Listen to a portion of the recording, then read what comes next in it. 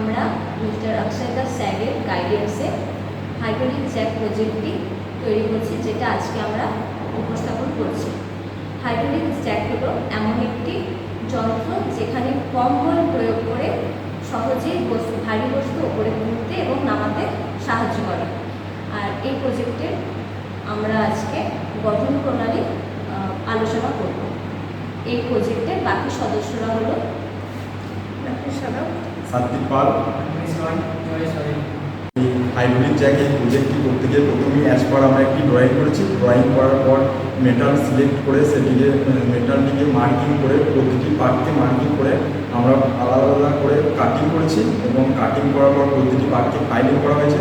Filing করার পর drawing অনুযায়ী প্রতিটি পার্টে ড্রিলিং করা হয়েছে। ড্রিলিং করার পর প্রতিটি পার্টকে নাট বোল্টের সাহায্যে সংযুক্ত করা হয়েছে। সংযুক্ত করার পর এটিকে আমরা সিলিন্ডারিক্যাল এবং ভিতরে লিকুইড পাইপ পিস্টনের সাহায্যে একসাথে অ্যাসেম্বলি করে এটিকে উপস্থাপন করেছি এবং সর্বশেষে এটিকে আমরা পেন্ট করেছি। এই প্রজেক্টটি তৈরি করতে আমরা ড্রিলিং শিখেছি, ফাইলিং শিখেছি, মেটালিং শিখেছি, কাটিং শিখেছি এবং পেইন্ট করা শিখেছি।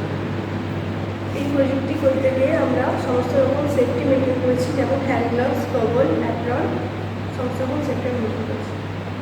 মিস্টার অক্ষয় দাস স্যারের গাইডেন্সে এই প্রজেক্টটি তৈরি করে আমরা অনেক জ্ঞান অর্জন করেছি।